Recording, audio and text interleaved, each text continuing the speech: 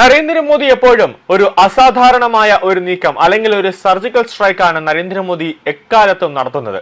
Not നിരോധനമുണ്ടായിരുന്ന സമയത്തും പാകിസ്ഥാന് നേരെ ഇന്ത്യ ശക്തമായി തിരിച്ചടിച്ചപ്പോഴുമെല്ലാം എല്ലാവരെയും ഞെട്ടിക്കുന്ന ഒരു സംഭവം മോദിയുടെ ഭാഗത്തു നിന്നും ഉണ്ടായി.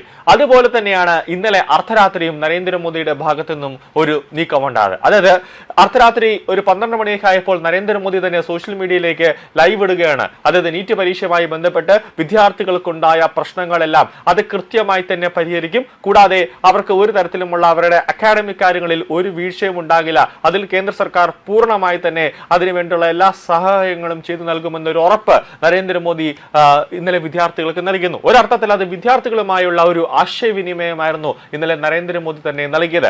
അതായത് ആ ഒരു വീഡിയോ സന്ദേശം പുറത്തു വന്നതോടുകൂടി CJPയുടെ അതായത് പാറ്റ പ്രവർത്തകരുടെ ഒരു ചിറക് ഒടിയുന്ന ഒരു കാഴ്ചയാണ് ഉണ്ടായത്. അതോടെ സോനം വാങ്ചുക്ക് നിരാഹാര സമരം അവസാനിപ്പിക്കാൻ സന്നദ്ധാവുന്നു. കൂടെ കേന്ദ്ര വിദ്യാഭ്യാസ മന്ത്രി ധർമ്മേന്ദ്ര പ്രധാന്റെ രാജിയൊന്നും വേണ്ട എന്ന് സോനം വാങ്ചുക്ക് തന്നെ പറയുന്നു. പാർലമെന്റിൽ ഇത് സംബന്ധിച്ച് ചർച്ച ചെയ്താൽ മതി എന്നാണ് സോനം വാങ്ചുക്ക് പറയുന്നത്. ഇത് 2-3 ദിവസത്തിന് മുന്നേ ആയി കേന്ദ്ര സർക്കാർ പറയുന്ന ഒരു കാര്യമാണ്. പാർലമെന്റിൽ നമുക്കിത് ചർച്ച ചെയ്യാമെന്ന് രാഹുൽ ഗാന്ധിയോട് പറയുമ്പോൾ ശരി പാർലമെന്റ് ചർച്ച ചെയ്യാമെന്ന് രാഹുൽ ഗാന്ധി പറയുന്നു. പക്ഷേ അവസാന നിമിഷം രാഹുൽ ഗാന്ധി പറയുന്നു ഇത് പാർലമെന്റിൽ ചർച്ച ചെയ്യേണ്ട, നമുക്ക് റോഡിൽ കൂടെ തമ്മി തല്ലി തീർക്കാമെന്ന് രാഹുൽ ഗാന്ധി പറയുന്നു.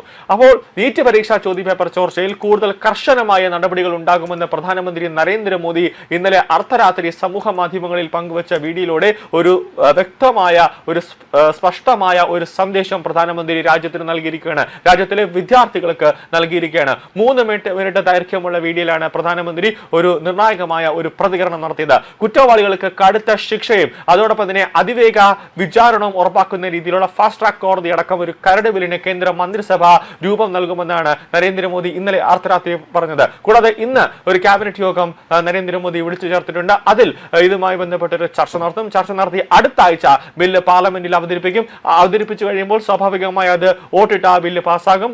ഉടനെ തന്നെ അത് രാഷ്ട്രപതിയുടെ ഒപ്പുവെക്കും. അതായത് ഇനി ഏതെങ്കിലും ചോദ്യപേപ്പർ ചോർച്ചയുമായി ബന്ധപ്പെട്ട് ഏതെങ്കിലും ചോദ്യപേപ്പർ ഇനി ചോർന്നാൽ അതിൽ കർശനമായ ഒരു ശിക്ഷ അല്ലെങ്കിൽ കർശനമായ ഒരു പിഴ ആ രീതിയിലേക്ക് കാര്യങ്ങൾ പോകും. അതായത് ഈ ചില ഉദ്യോഗസ്ഥരും തമ്മിലുള്ള കോച്ചിങ് സെന്ററുകളും അതോടൊപ്പം തന്നെ ചില കേന്ദ്ര സർക്കാർ ഉദ്യോഗസ്ഥരും തമ്മിലുള്ള ഒരു കൂട്ടുകെട്ട് ആണ് ഈ ഒരു പ്രശ്നമെല്ലാം ഉണ്ടാക്കിയത്. അപ്പോൾ അതിനെയൊക്കെ ഒന്ന് പിടിച്ചു കെട്ടുന്ന തരത്തിലേക്കുള്ള ഒരു നിർണായകമായ ഒരു നീക്കത്തിലേക്ക് കേന്ദ്ര സർക്കാർ പോകും.